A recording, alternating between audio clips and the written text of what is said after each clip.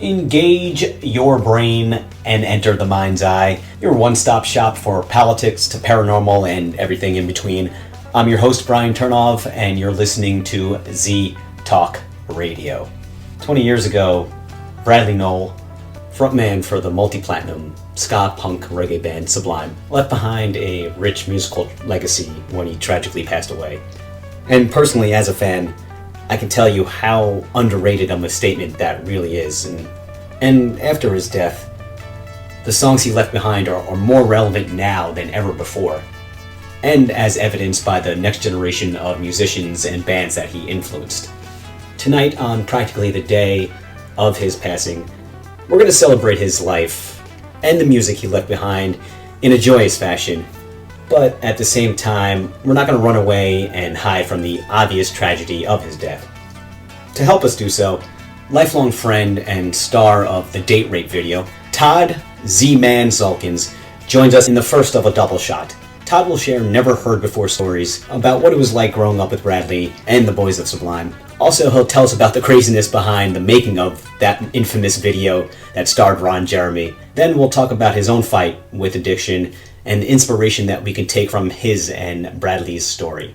So many words have focused on everything about Bradley and Sublime that it's really hard to cover new ground. But that's exactly what we're going to do in the second half of our Sublime special. Emmy award-winning producer and personal friend of Bradley's sister, Heidi Sigmund Kuda, will join us to give updates on what happened to Bradley's son Jacob and his favorite pet, L.A.W. I mean, how can you not talk about Sublime without talking about L.A.W.? She'll also then share a few stories from her book, Crazy Fool, Portrait of a Punk, which was the first ever book written about Bradley. As you can tell, this is going to be a great one as we celebrate the life of Bradley. Back with Z-Man on Z-Talk Radio after this quick break. This is The Mind's Eye. Let's welcome to the show Z-Man Todd Zalkins, part of Sublime's Inner Circle, star of Date Rape Video, renowned drug and alcohol interventionist, and author of his 2010 autobiography, Dying for a Triplicate. Todd, greatly appreciate a bit of your time today to honor Bradley.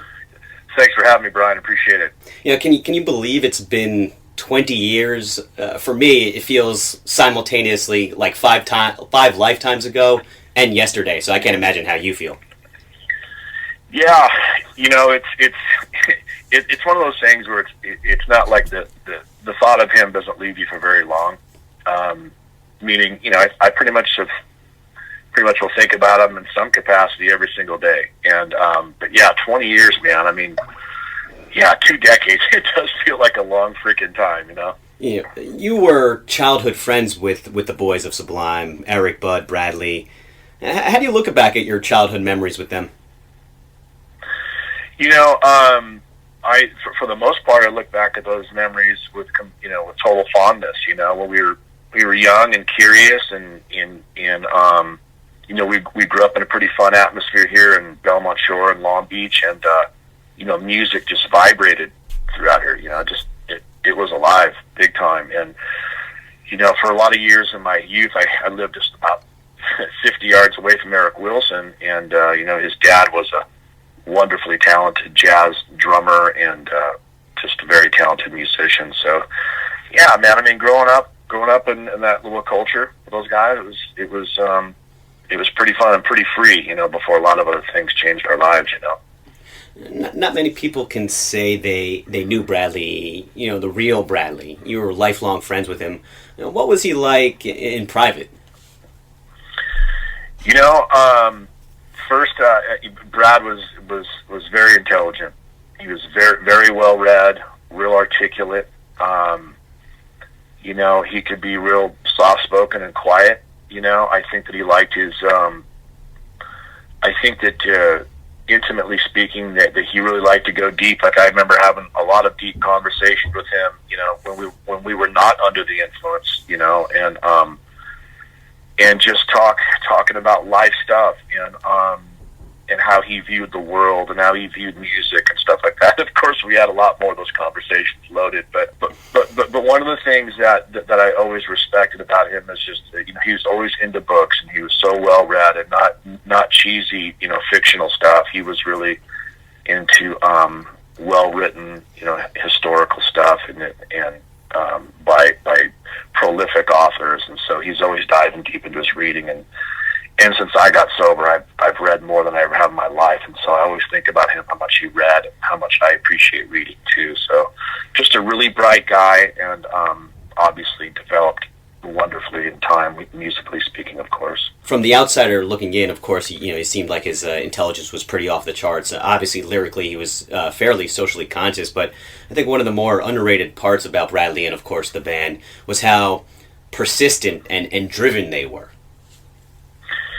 I think that when I think about Sublime, as I always think, and this is well before that they were discovered by MCA Records, or well before the Date Rape video was charting and being overplayed or just highly played on karaoke, because that's a song that really broke them, and they never really even played that song live. But when I think about the chemistry, and you think about, of course, the talent that Brad had, and his vision for what they were doing, as a collective, I think that it was something that was just waiting to be discovered. It just took a little bit of time, and as a lot of people know, they sold tens of thousands of CDs out of the tour van, the trunks of the cars, but I always believed in them musically, and just knew it was only a matter of time. Let's talk about Date Rape, and of course your part in it, and how can we not? You can't really separate the two. And for our listeners, of course, Date Rape, you probably have heard the song or know the song if you're not familiar. It's off their first album, 40 Ounces to Freedom, which is my personal favorite. But you actually mentioned that they didn't really play it live, and from my understanding, that they weren't really even big fans of the songs, and they thought it was probably one of their worst songs. When it was being just, played like crazy on karaoke, we would all just kind of laugh about it. It was one of those things where, like, God, who cares? It's being played, and it was getting them the exposure that they so rightfully deserve. And I'm like you, I absolutely love all their documents, musically speaking. The 40 Ounce is so special, and as is Robin the Hood. But of course, as far as are you asking me, like, what happened during the video, or what? Well, that's what I was going to get to. Well, the video was made in '95, about 3 years actually after, I believe it's '95, 3 years after the actual 40 Ounces to Freedom drop. Tell us about the video. Yeah. How did you end up playing this, quite frankly, this evil antagonistic role? And this is like when cell phones were super clunky and stupidly heavy, and I remember I got a call from both Brad and Miguel, and I think that they were in Texas at the time, and they were doing some dates somewhere in the Southwest, and I got this call, and it's like, Z-Man, Brad, Miguel, will you be the Date Rape video star? I'm like, yeah, sure. And they said, okay, cool, click. So there wasn't even any struggle on your end to be playing a rapist, essentially. Well, first off, I knew that the song was certainly not meant to be in the terrifying nature that you think or view as date rape. When you hear the word date rape, you think of it as, and this is such a serious, radical thing and a radical crime. But this is actually a full-blown parody about the subject matter. And so for me, it was not only was it an opportunity just to have some fun, but I would do anything for those guys, anything to help out the cause. What was it like making the video? You said it was fun. What were you guys doing? I can tell you exactly what we're doing in every video shoot. Hell, man, I was in Bad Fish, Santeria, What I Got, and others, but the Date Rape video, first off, it was filmed on just a shoestring budget, man. And Greg Abramson was the guy who filmed that, and he was real tight with the crowd too. And in fact, Greg's the guy who told me that Brad had passed. We can get to that later, of course, up in San Francisco. But making the video was a hell of a lot of fun. And in fact, the bar scene, the girl who co-starred in it, she looked just like Gwen Stefani. Oh, damn, blonde. She was super cute, and I to this day I forget her name. But a lot of people have said, like, is that Gwen Stefani? And like, no, but it sure looks like her. But the bar scene, which was a lot of fun. I was high as a kite, and the guy who's working the bar, that's Jack Mattis. And he really worked. He got it cleared, for us to film at Sam's Seafood in Sunset Beach, and those were ragingly hard alcoholic beverages he was serving me, and I was doing cocaine in the bathroom in between takes, and that's just how I viewed having a normal day during a video shoot. But I wore a terrible, terrible Miami Vice type Hawaiian shirt, which just wrecked people. Yes, and, you did. Had my shirt tucked in, just looked terrible. It was beautiful. And I mean this. I mean this next statement in the most respectful way, but I definitely did believe that you were a rapist at that moment in the video, just because based on your Hawaiian shirt. So your take is this guy looks like a rapist. Yeah, that makes me feel fabulous. Well, it was based on your acting in the video. You definitely had the creepy eyes nailed down, to say the least. Oh yeah, man. I mean, first off, there's no doubt I was not sober in that particular segment. The court scene, I was fairly sober when they dragged me to get sentenced by Ron Jeremy, who plays both the judge and the rapist in jail, which I thought was a total parody and just classic. But yeah, well, I'm glad. Thank you for the compliment. That's the least I could do. That I look like a convicted guy who does those things. Thank you. It was your acting more than anything, so more so than the look. And it's funny that you brought up Ron Jeremy. I mean, that's anyone who couldn't tell that the song was rails against date rape, and just has to view the video. I mean, we got Ron Jeremy, as you said, as the court judge, also the person who rapes you in prison, the girl wearing a T-shirt. Your car is called the Stabbin' Cabin. So I mean, if you didn't realize it was railing against date rape, you know after you watch the video. Yeah, for sure. And I mean, even the stupid, like, when I'm winking at the girl, my little wink turns into like a heart shape. It's just so corny and so just perfectly bad, if that makes any bit of sense at all. Yeah, it's one of those so good it's so bad it's good, one of those type things. Yeah, but I'll tell you what, I'll never, if I can elaborate a little bit more, what just totally bummed me out. I mean, it was just awful. We were filming the jail scene up at this. It was a full-blown, porno studio up in Chatsworth, up in the valley, where a whole hell of a lot of pornos are filmed. And not to God, I just got to tell you, but when we rolled in there, you could just tell that they'd probably been filming that day because it smelled. You know what I mean? It smelled. There was a shower scene that hadn't been cleaned up. Dude, I swear, man, I was like, my stomach was turning, man, just rolling. I mean, it's like, it's such a bum out, and we're looking at each other like, dude, do we really got to do this right now? And for Ron, you'd have thought that he was in his own bedroom. It just like, he didn't give a shit. It was like, it's like, what's the problem? I'm like, dude, what's the problem, man? It smells like a dumpster in here, man. And we all laughed, and Ron, when we filmed that scene with Ron grabbing my head, dude, he has a lot of practice grabbing chicks by the scalp, I'll tell you, man, because he grabbed my head so hard about 20 times, and I had a migraine for a week. But yeah, we managed to laugh that off a bit. Well, not many people can say they, at least men, can say they've had their hair grabbed by Ron Jeremy. So that in itself is an honor. Yeah. Maybe not a lot of men can say that, but I'm sure there's about 12,000 women who can say it.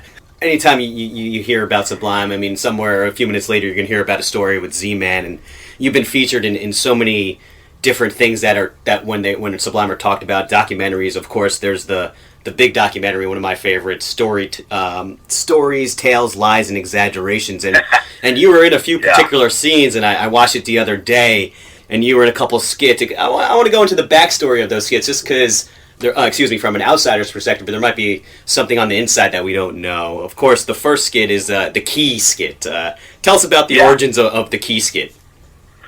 Well, believe it or not, all of those skits were completely non-rehearsed and totally improvised. I'd done some stand-up comedy throughout the years, and so, they kind of leaned on me to say, do something funny, or use some of the stuff that you often refer to as far as your little lingo or language is concerned. And, one of the words that is often used, key is described essentially to be used as something that's good or killer, and so key has been a mainstay since, I really started using that word at like the age of 17, I mean, Keys has been a beast of a word for all of us.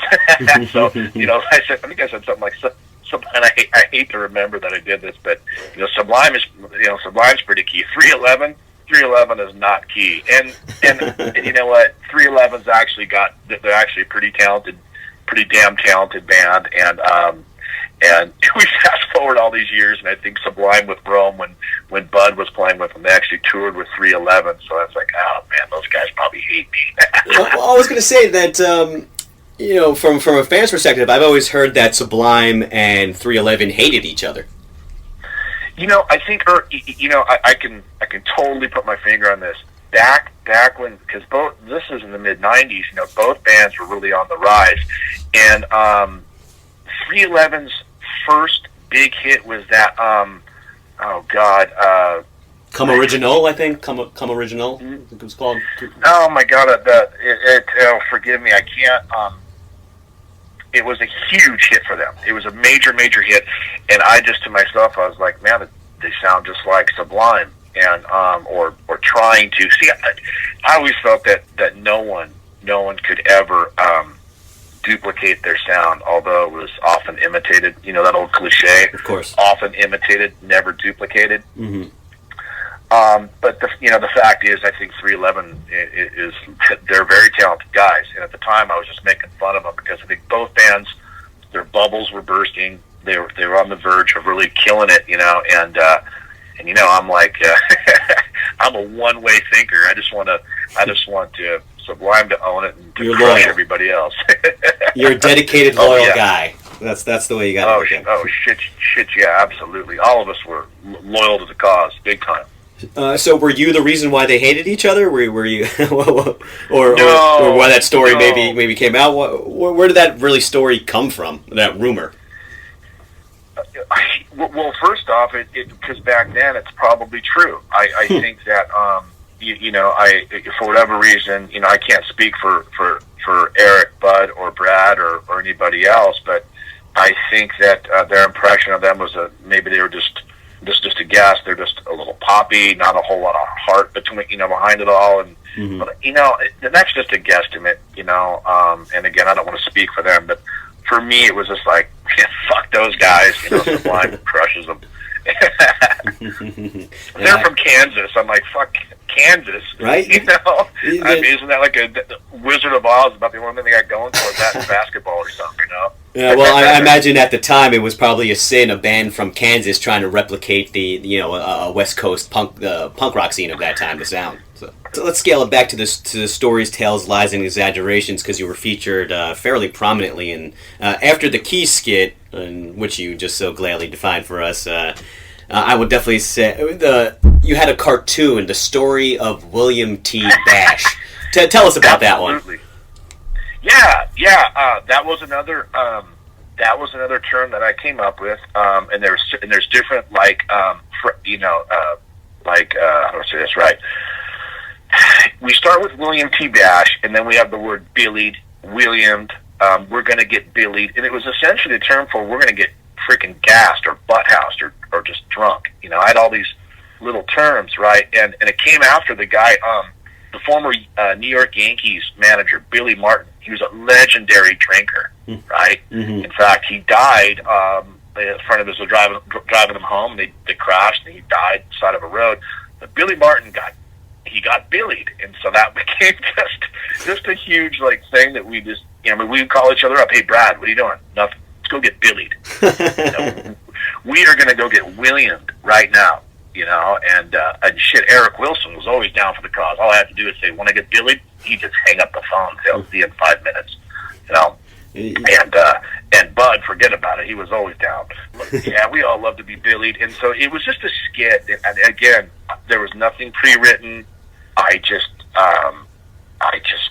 commented upon, this guy's got, in fact, I'm trying to think, did have a couple chicks on a couch or something, and he's got one hand on the chick and whatever, he's just billied and he's throwing up, and that was just normal behavior, normal thinking for us.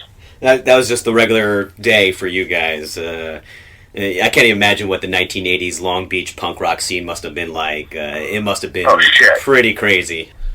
Oh my God. Yeah, big time.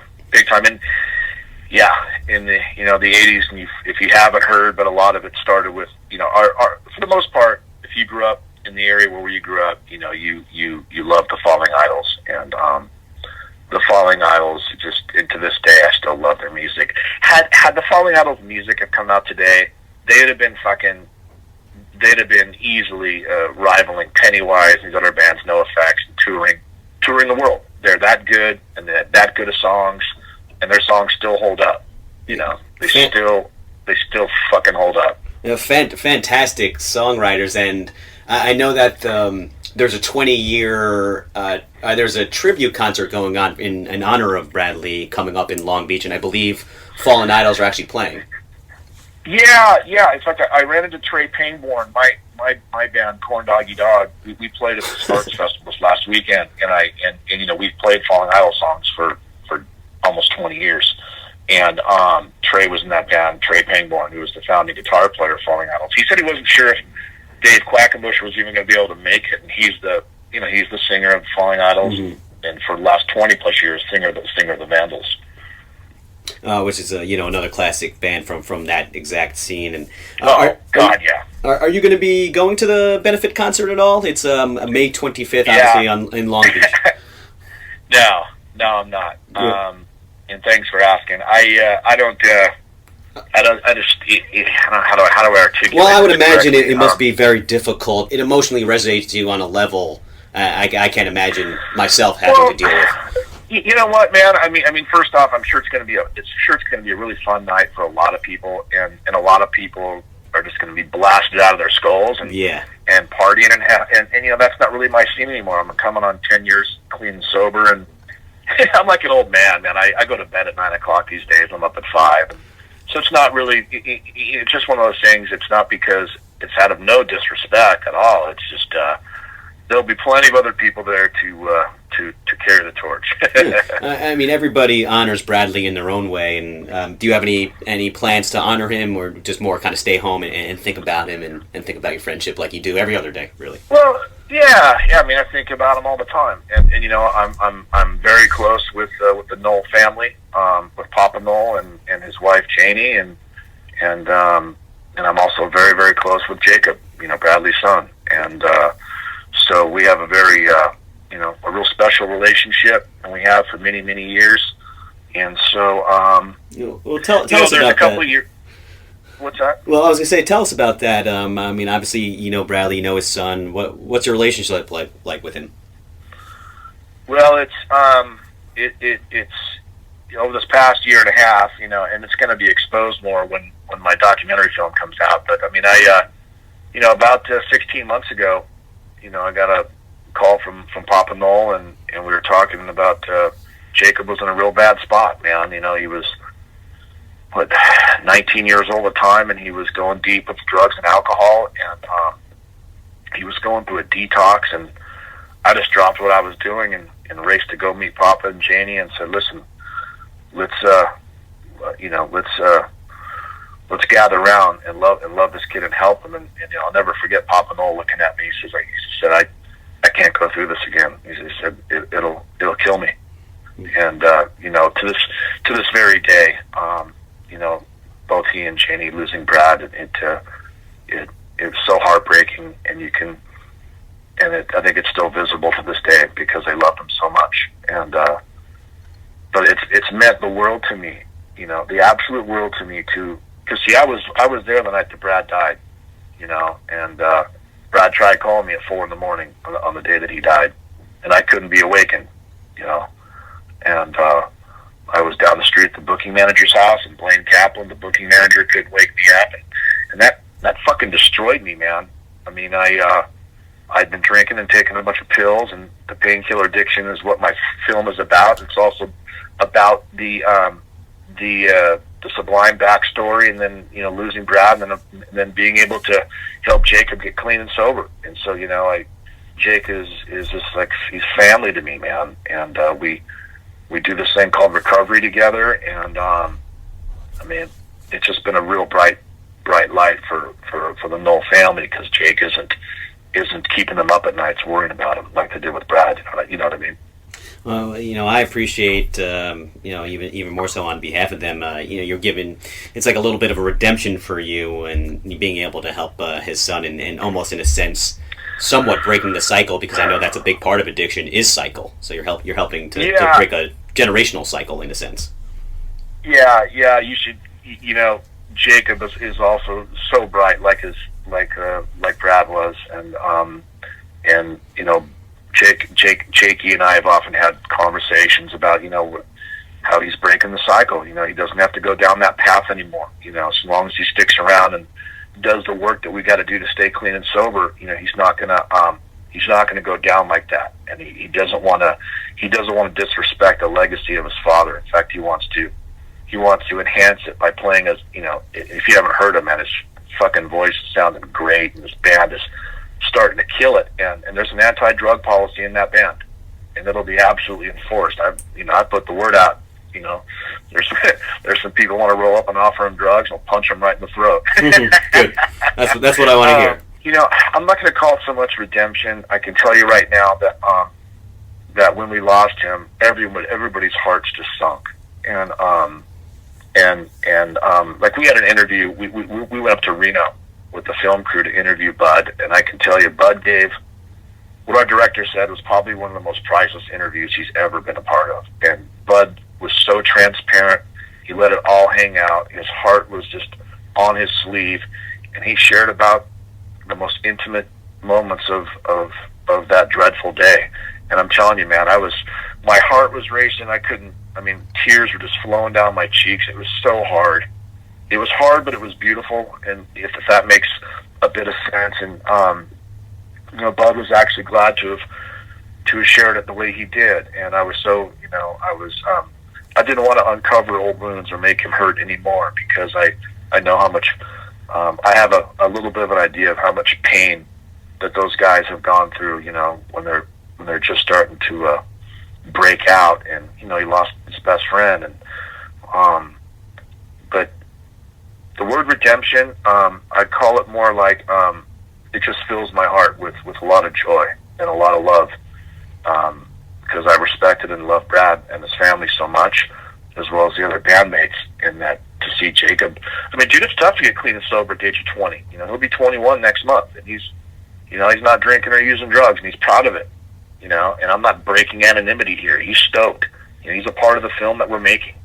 And he sounds beautiful. You should hear his voice, man. He sounded like his dad. It's fucking scary.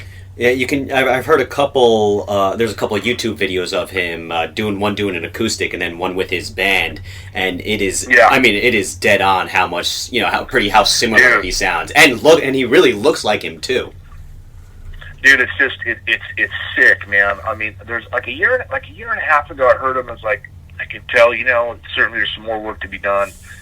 But man, it just seemed like something seemed to change in his voice, and he's got a couple of these acoustic songs, because I love hearing the band is great, they rock hard and all that stuff, but his acoustic stuff is so smooth and so velvety, like Brad's voice. I always thought that Brad just had so much soul, so much heart and velvet in that voice of his, and Jacob has got that too.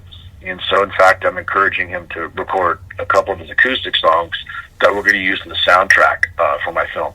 One of the YouTube videos, I believe, is him doing a cover of DJs from 40 Ounces to Freedom. And I heard it. It sent a chill down my spine the first time I heard it. It just, I just closed my eyes and it sounded exactly like him, but knowing it was his son, it really, it is really something else to behold, watching it, hearing it.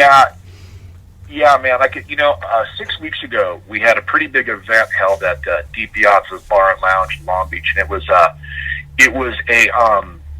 full evening of filming. We had a seven crew, 7-member film crew there to capture my band, the Jacobs band, interviews with legendary Long Beach people like Bert Susanka from the Zigans, and Todd Foreman, who's not only a medical doctor, but of course the horn player for Sublime, and grew up with all those guys. And it was an amazing, group of people who showed up for this. And Jacob and I, we did the Descendants song, Hope, which which was on 40 Ounce to Freedom, a classic Descendant song.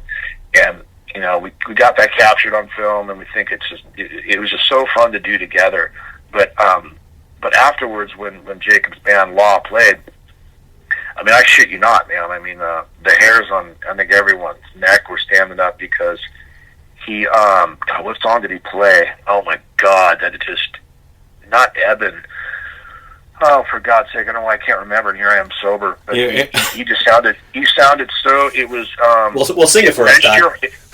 What's that? I was going to say, sing it for us, Todd, and then I'll tell you what song it is. Oh, God, you don't want to hear me sing. I don't think anybody wants to hear me sing, but I can tell you right now, man, that it wrenched your heart, but it felt beautiful, if that makes any sense. I got to share this with you. I've only seen the band Sublime with Rome once, and it was at Verizon Amphitheater, and it was when Bud was still playing with the band shortly before he left.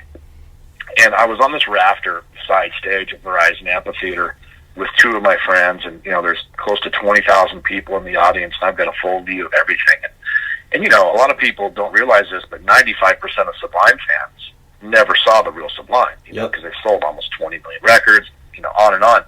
But I was sitting up there, man, and looking down and loving the fact that, Bud and Eric are playing, and I'm looking at that guy, Rome, and no disrespect, the guy, he sings well and he plays well and all that stuff, but, dude, I was just sad. It fucking hurt to look down, because, you miss your friend, and you're like, man, he should be there. He should be there, killing it, and all these people are singing the words to the songs, and I swear to you, man, it felt hollow for me, Yeah, and a very strange feeling. I'm one of those fans. I never had a chance to see Bradley live. Of course, I saw Sublime with Rome, and Rome sounds similar to him, not quite exactly the same. And they put on a good show, and I'm glad you brought them up, because I was just wondering why they decided to tour again as a band, obviously as Sublime with Rome. After Bradley died, I remember reading a few quotes saying that they would never tour again without Bradley, and really Sublime isn't Sublime without Bradley. What changed your minds there? I think I think that over time, I know for certain that there was a massive demand by the public to hear the music. Mm-hmm. Okay, and after Bradley had passed away, the guys formed the Long Beach Dub All Stars, which was a fucking wonderful, wonderful band. Now, completely insane. I mean, half that band were complete maniacs. But I'll tell you, I thought they made some wonderful music. But when they stopped playing together, over time, I think that just the demand and just the itch to probably play the songs, and also they felt, I believe they felt that this guy was real capable of playing the songs the way that they needed to be played, and I think that's probably accurate, for me, I mean, dude, after he died, no bullshit, I could not listen to the music for about at least 5 years. It just felt like a knife, and you'd hear people playing in their cars, you'd be in a bar, you'd hear it, I'd excuse it. It sounds so freaking weird, but it just was painful, and over time, I embraced it a lot more.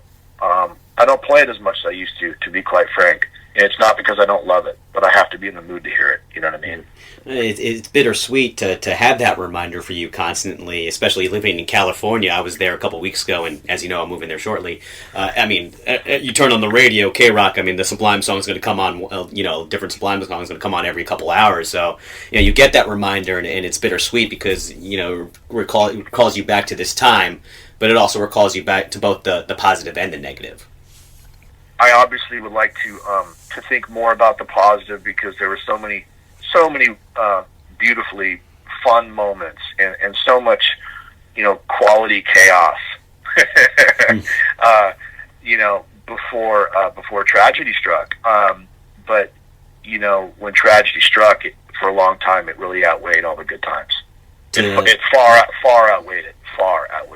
I don't want to harp on the negative and Bradley's addiction. We've talked about so much positive things, but it's hard not to talk about Bradley without talking about his last couple of days. And since I have you with you, you have such a unique perspective on everything as a friend, and you were there for that last night. Do you mind? And of course, you can just tell me to shut the hell up and plead the fifth on this, but I know you were there on the last night of the last show. Do you mind telling us about what his last night was like? You got to give me a second, okay? No, please. I mean, if I know it's very emotional.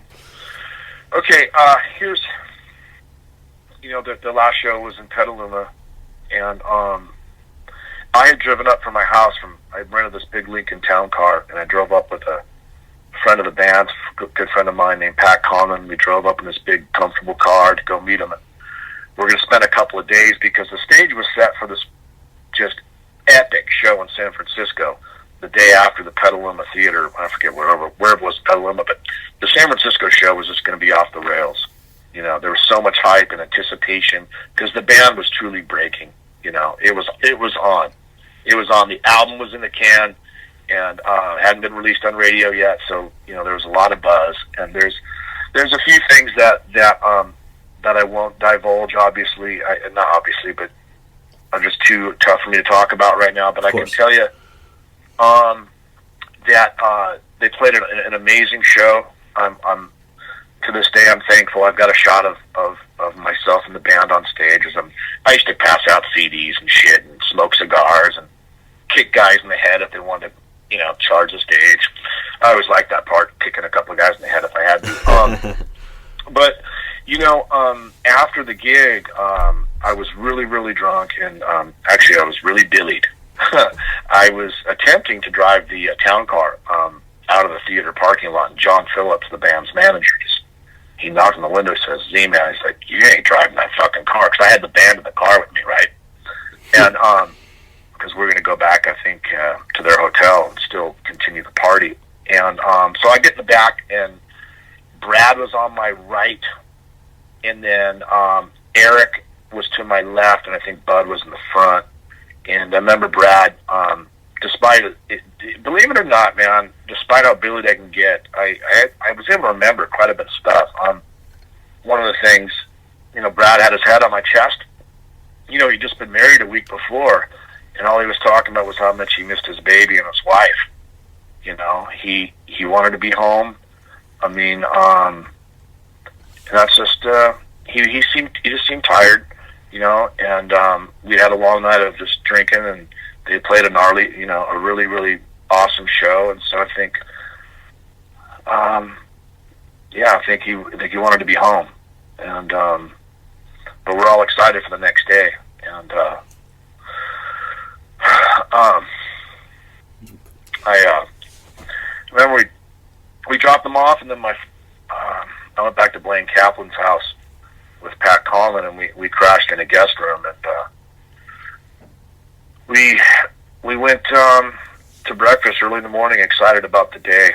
And as I was parking this big fucking town car, I tried to park a town car in San Francisco. It's like parking a freaking Queen Mary in a freaking handicap spot. And I remember seeing on the curb there was Greg Abramson. Greg was the guy that I mentioned that directed and filmed the date rape video, and he had this look on his face, and I put the window down as I'm trying to park the car. I was like, "What's up?" And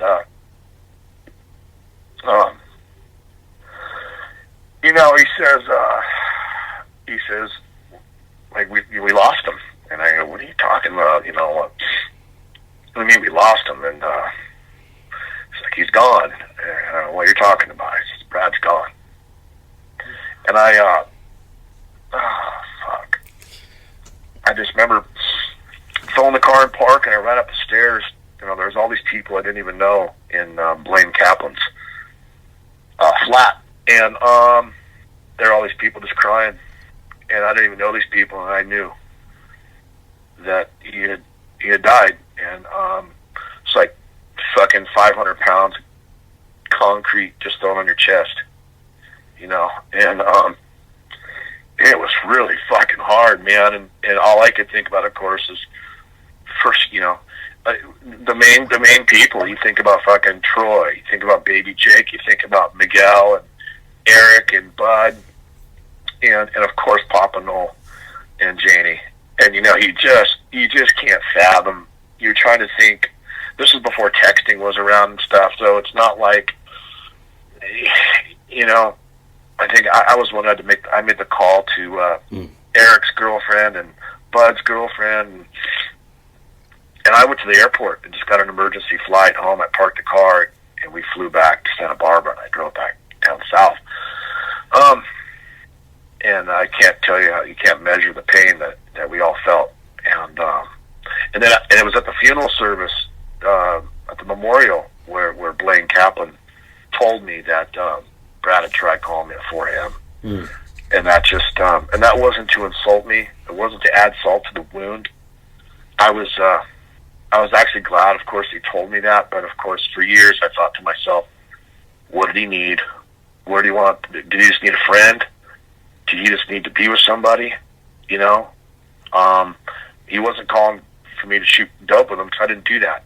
You know, I had smoked it before and snorted it before, and I was on the pills for so long, on the opiate pills, and did a lot of cocaine and stuff like that. But that wasn't really my bag. And so, yeah, that troubled me for a long time. Just wondering what it is that you don't just call someone at 4 a.m. to say, "Hey, what's up, man? I'm looking forward to today." You know. You know, I appreciate sharing that, and you can't. That's how you drive yourself crazy. Is that wandering? Yeah. You never know. I mean, that's the stuff that drives you crazy there. But of course, if I was in your, walk a mile in your shoes, I would be doing the same exact thing. I mean, how can you not? Yeah, it's at that stage, and this is of course in '96. I'd already been taking the pills and functioning really, really well for 6 years, and I'd always partied and drank and did coke and stuff, but the pills were an everyday thing for me at this point. And after we lost it, man, my addiction, it grew and it grew and it grew. So I functioned for about another maybe 4 years, and then it really got bad to where I was just I was fucked. I couldn't cope with life. But yeah, man, that was a springboard for me to try to cover up a lot of pain. Because I didn't have any coping skills. That's for so many people, and at the time, addiction. Now it's not talked about. 20 years ago, it was barely ever talked about, especially out in the open. So, you got sober in 2007. You said 96 through 2000. You were still, functioning in your addiction. Did you hit rock bottom in the next 5 years or so? Yeah, I can tell you exactly what happened. Was I was introduced to OxyContin by one of my doctors, and I think the OxyContin came around like in 1999 or 2000, and it was bad enough. I was already taking a shitload of Norcos and Vicodins, anywhere from 18 to 30 plus a day. And once the Oxy got a hold of me, though, it was over, and I ultimately had one doctor through my insurance and another doctor I paid cash for. And, I was taking 400 Oxys a month, the biggest fucking pills they make, along with a shitload of other Norcos, fentanyl sticks, and all these things. Now, this is before the pill epidemic hit our country, and of course, in case you didn't know, it's the biggest problem drug-wise our country's ever had, and it's not going anywhere, man. So, yeah, the Oxy brought me down, and it almost killed me. Was there a particular reason why you said that your doctor prescribed the OxyContin? Was there an event that prompted it? Well, yeah, I actually, I was prescribed this stuff for legitimate purposes. It started in 1990. I had a radical back surgery down in San Diego, and at the time, it was just Vicodin being prescribed. And as time moved on, I was taking so much of it. There's a lot of acetaminophen in there, so it can hurt your kidneys and your liver. So then changed it to Norco, which has got less of those, poisonous qualities of acetaminophen. And so I had these accidents. I had this radical, MRI showing that I had these terrible discs, and so I always had kind of like the e-ticket, the e-ticket to get whatever the hell I wanted from doctors. So I didn't have to lie to them that I was in pain. But I'll tell you, man, over time the doctors just were like, "Dude, you're not so much in pain. You're just addicted. You're just addicted." And that happened. What prompted you to finally in 2007 enter drug rehab? Was there a specific event, or was it just you were just ready from a culmination of so many different things? Yeah, a combination of things. First off, I had completely lost my mind. Like, I couldn't speak clearly, for real. Like, I wasn't talking clear, and I was like mentally, something neurologically had broken, and like I wasn't, I would stutter all the time, and on top of that, no matter how much of the drugs I was taking, I wasn't getting the effect that the drugs used to give me. And so it's a common thread that a lot of people who are former addicts or alcoholics, like no matter how much they drank or how much they used, their system just no longer gives them that feeling of comfort that they got for so long, and the drug or the alcohol turns against them. And that's certainly my story, where no matter how much I ingested, cocaine, pills, alcohol, I was just flat, and so fucking sick and so broken, man. I was scared, my heart was skipping beats, and I didn't want my mom to get the phone call that I had died from this disease, Yeah, especially knowing, obviously, with what happened with your friend Bradley and taking OxyContin. Correct me if I'm wrong, but isn't OxyContin almost like a pill form of heroin? Oh, hell yeah, man. And it's actually, it's actually even more difficult to get off of because it's synthetic. And I say that not to sound like, hey, what I was taking was heavier. No, it's just fact. The synthetic, this is just a fact, okay? And the synthetic nature of these drugs, it attaches and binds to your system neurologically, into your tissues, even as far as your spinal fluid column. And so your detox period is really, really, it's much longer than if you're just using heroin. Heroin is essentially more natural, right? It's not synthetic, okay? Now, the synthetic fucking withdrawal is completely satanic. But my detox and all that shit it was just off the charts, dude. I didn't sleep for 44 days. I didn't... 44 days, man, and I shook for fucking 9 months. Unbelievable. I mean, I didn't even know that was even really possible to be up for 44 days. I mean, Yeah. By day 50, if I hadn't slept, I was blowing my brains out, man. This is quote unquote sober. I swear to you, it was just the most, just absolutely insane, satanic thing I've ever experienced. And not sleeping was not cool. Were you staying at a drug treatment facility, or were you staying at your your mom's house? What was going on during that time to help you? Yeah, I was in treatment for just 23 days, and then I should have been there for 90 days, but I left because we had a family week that was going to happen after 3 weeks of treatment. And the fact is, I didn't want to be around anybody. I was so scared. I was in so much fear and so uncomfortable that I just wanted to try and get some sleep, and the doctors couldn't get me to sleep. I checked out, and for 21 more days, I just fucking shook at home. I went to recovery meetings, and man, I didn't sleep the whole month of March of 2007. Unbelievable. You must have been hallucinating. I believe that's one of the effects of not sleeping. Fuck. Everything. I mean, it was like the nightmare that would not end. Like a minute sometimes felt like a day. And it's not like I couldn't close my eyes. At nighttime I'd be sick. I'd be laying there. My body is exhausted. Here's the thing: you want to sleep, but your brain, coming off of all these opiates, it's just firing. It's probably wanting the drug to calm down, and it's not used to being without it. So the brain just would not shut down. It would not stop firing, right? So I would close my eyes, but I'm not getting any REM sleep.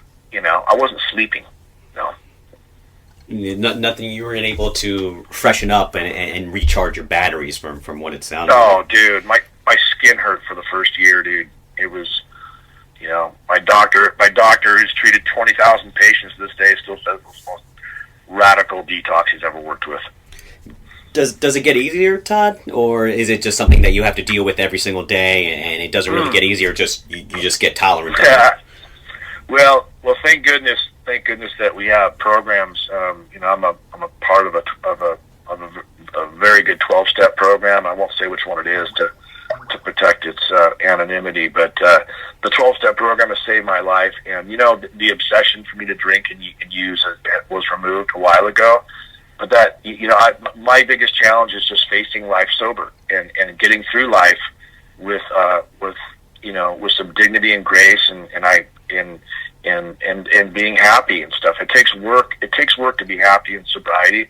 So regular meetings, helping other people, sponsoring. I sponsored Jacob, and we go to meetings together and all these things. And it's a continual process of work. But yeah, I've no desire to drink or use.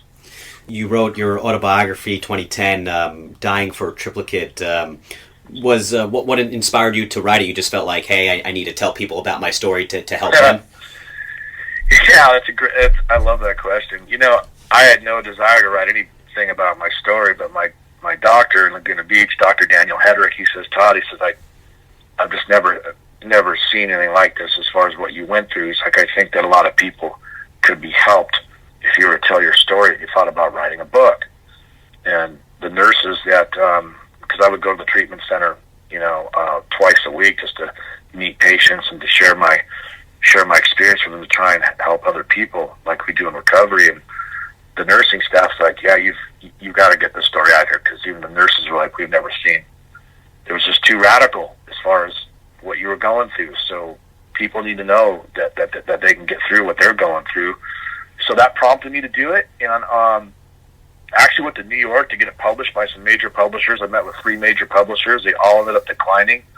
And thanks to a lot of the help from the Sublime community, I was fortunate to have my book posted on their Facebook page, and they have millions of followers. And so, the word grew organically, and so the book has helped. I've gotten thousands of emails from people saying, "Dude, that your story helped me tremendously."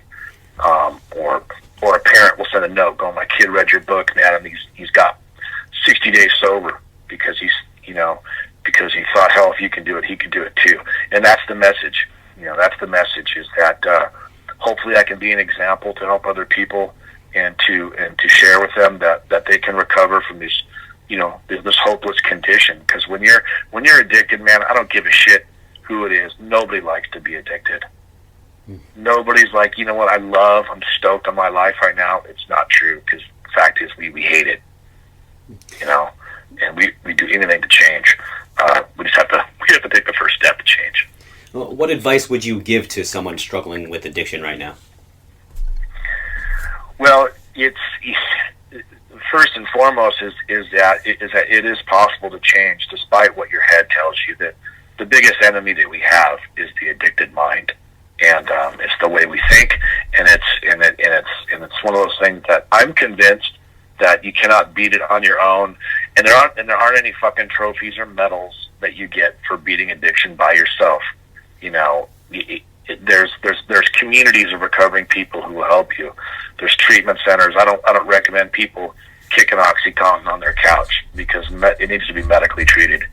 I think people can sometimes kick other stuff at home, but they got to be immersed in some type of program of recovery. If you're a real alcoholic or a real drug addict, you're going to need help, and the help of other recovering people is how it's done, and it's saved my life big time. Todd, I don't know if you are a believer in destiny. That's up to you, of course, but I think, my opinion, maybe you were destined to be an alcohol and drug interventionist. When I was watching the Sublime documentary, Storytales, Lies, and Exaggerations, the first scene that you're pictured in, you're actually talking about rehab while wearing a Betty Ford Clinic t-shirt. So to me, it seems like you were meant to do this. Oh, jeez, are you serious? Oh, my goodness. In hindsight, I used to make jokes, rehabs for quitters, and thinking it was funny, and I would I was very open about the fact that everybody knew that I was either holding something or that I was involved in taking something, and I look back on those times, and I don't laugh about it. That was who I was then, and because of recovery, I've made a lot of changes. And it's only because I've had help, though. I did not make all these changes on my own. I had to have a lot of help, and still need help to this day. But I love the work that I do, Working with families to help their loved ones get into treatment is a wonderful experience for me. And certainly the situation with Jacob is just been almost inexplainable as far as how much joy I've gotten from the experience of helping him. Addiction is one of America's biggest social problems that really isn't talked about. How can we change that? Well, I think that change is now finally starting to happen. We can go down the list. This was for a while. This was the elephant in the room that no one wanted to talk about because, the prescription painkiller epidemic, of course we got meth and heroin. Those things are rocking and rolling too and killing people all the time. It's killing at such an alarming rate now. I think now, once every, I forget how many people, I should be able to quote these statistics perfectly, but more people are dying from overdoses, from painkillers, and car accidents and homicides. For instance, we can start with people like Philip Seymour Hoffman, Heath Ledger, and go on down the list. And now we've got Prince, Michael Jackson. These prolific figures of entertainment, these wonderfully talented people. Elvis Presley also completely suffered from the addiction of painkillers. The cat's out of the bag now. A lot of legislation starting to take place, and I don't know how effective any of that's going to be, because here's the thing, is that these drugs aren't going anywhere. I think that awareness is important, and when I talk to kids, I like to certainly impress upon them where this can take you. But people need to realize that that they can actually live a life that's full and good outside of addiction. Because we can talk about death all day long. All sorts of films are made about overdoses and death and all that shit. People need to realize that they can live and escape from it. So that's always my message: is that you can break it and you can live live a really good life, but it just takes some work to get there. And you're living proof of that, and you're a shining example of what can be done. Is there any intervention rehab facilities that you would highly recommend to maybe a listener who's struggling with addiction right now? Well, my goodness, Orange County is the treatment capital of the world. There's more recovery meetings in Orange County than anywhere on the planet. There's a lot of really good treatment centers. I got to be clear about this. There's a lot of really good treatment centers, and there's a shitload of really bad ones. Okay? Shitload of really bad ones. And meaning the money seems to be more important than the care of the client or the patient. I don't know if I should list off a few. Well, hell. You know what? Especially for young people, if there's a lot of young people from the ages of like 18 to their mid-20s, a place called Able to Change Recovery in San Juan Capistrano does really good work. They've helped a lot. I've admitted over 30 people there, and a lot of people have gotten well and stayed well. And, there's a lot of facilities in Orange County that do great work. Dr. Daniel Hedrick, who treated me, has a rehab facility now called Trace Vistas. And in fact, I should probably share this.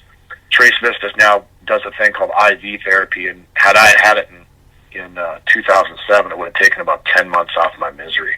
Wow. So they've made a lot of advancements as far as the ability to treat people with a really sick in addiction, because the body takes a long time to heal. It's not just, hey, I went to rehab for 3 days and I'm good to go. If you're deep in the opiate addiction, whether it be painkillers or heroin, your body's going to go through a lot of change for months and months. So this IV therapy that they do at Trace Vistas Recovery is just groundbreaking, in my opinion. Yeah. Well, hell, if anybody wants some referrals, they can visit my website at allininterventions.com, and they can message me, and I'd be willing to help them and direct them to a place they can get well. Before I let you go, let's just kind of wrap it up here. Where can people get their hands on the books? On your autobiography. The book is available on Amazon.com. It's on. You get a Kindle, or you can get a paperback copy, or you can go to my website for a signed copy by me. dyingfortriplicatebook.com. And before you talk about an upcoming documentary, which we discussed a little bit, what to expect. Give us some details there. Well, we're hoping that the trailer or a teaser trailer is going to be released even on Sublime's Facebook page on May 25th, and we're right in the middle of filming. We finished phase 1. We have 2 more phases going into the summer. Our goal is to be at the Sundance Film Festival in January, and we are going to be. We've already met with some feature film writers and distribution companies. So this is going to be one of those things. It's not just going to be on a YouTube thing. This is going to be like on Amazon, Google Play, Netflix type thing. We've got a great story to tell, and we're working really hard on it. So we're going to do the film festival circuit next year. Probably do Tribeca, and Toronto Film Festival, and probably Cannes. So as far as a release date for the film, probably not until the end of 2017 or early 2018. But I'll be having it available on DVD and taking it to schools, because I do a lot of speaking at schools in 2017. I'm doing a full speaking tour in 2017. That's exactly what we need. We need more people like you spreading the positivity, and that change can happen for the better. Todd, thanks so much for sharing today. I know it was really emotional. I really appreciate a slice of your time. Brian, it was my pleasure, and all the best to you. Thank you so much for having me, man, and have a great show. Okay, man? We're going to keep this train rolling in the next hour. Part 2 of our Sublime commemoration continues with Emmy Award-winning producer Heidi Sigmund Kuda. She's going to put us under her voodoo and tell us what happened to L.A.W. Back on the Mind's Eye after this quick commercial break.